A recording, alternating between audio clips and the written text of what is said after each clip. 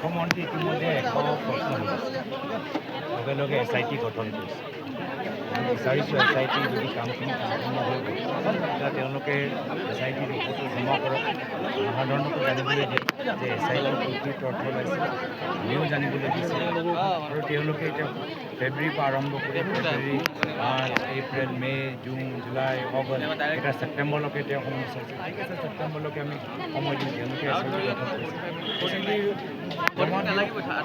কথাবোৰ ৰাইজৰ আগত প্ৰকাশ কৰক, সেইটোৱে আমি সকলোৱে বিচাৰোঁ। মুখ্যমন্ত্ৰী কৈ আছে আপুনি গোৱাটো হয়নে নহয় সেইটো কথা মুখ্যমন্ত্ৰী ইতিমধ্যে 100 প্ৰশ্ন সুধিছে আৰু SIT গোটেইখিনি কথা চাই আছে।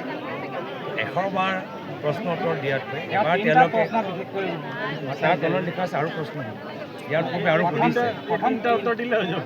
এতিয়া সেইকাৰণে মই কৈছোঁ মুখ্যমন্ত্ৰীৰ কথাৰ ওপৰত কোনোবা কাৰোবাৰ গ্ৰহণযোগ্যতা আছে।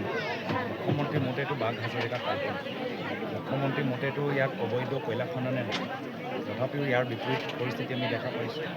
মুখ্যমন্ত্ৰীৰ মতেতো আজি পুলিচ আৰক্ষী মাত্ৰ বিৰোধী দলক ধৰিবলৈ, কিন্তু আজি যে অবৈধ কয়লা খননৰ গোটেই তথ্যবোৰ যে ফাদিল হ'ল, কাগজ পত্ৰবোৰ যে জমা হ'ল, এই কাগজ পত্ৰত কাক কাক পে'মেণ্ট দিছে এইখিনি কথাটোৰ ওপৰতো মুখ্যমন্ত্ৰী নিমাত হৈছে।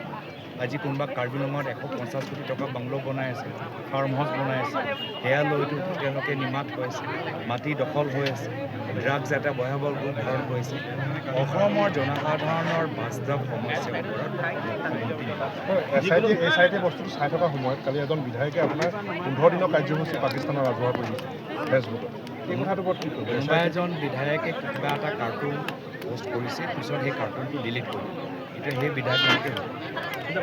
যিকোনো নিৰ্বাচনী প্ৰচাৰ মইতো কৈছোঁ তেওঁলোক এতিয়া অসমৰ ৰাইজে তেখেতৰ ৰাজনীতি আৰু আমাৰ ৰাজনীতিৰ মাজত পাৰ্থক্যটো দেখিছে, বুজি পাইছে। আমি গহীন হৈ পেহেলগামৰ সম্পৰ্কত আমি সকলোৱে একত্ৰিত হ'বলৈ বিচাৰোঁ।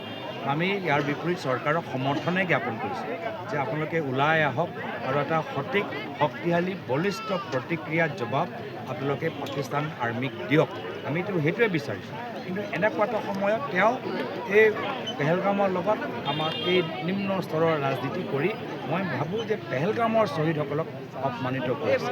ৰাইজে দেখিছে, পাৰ্থক্য বুজি পাইছে, ৰাইজৰ আশীৰ্বাদ আমাৰ লগত আছে। আমি ৰাইজৰ হৈ মাত মাতিছোঁ। আজি ড্ৰাগছ, কয়লা, আজি ভ্ৰষ্টাচাৰ ডাঙৰ সমস্যা হৈ পৰিছে, কিন্তু এই ক্ষেত্ৰত বৰ্তমান চৰকাৰ বিফল, বৰ্তমান চৰকাৰ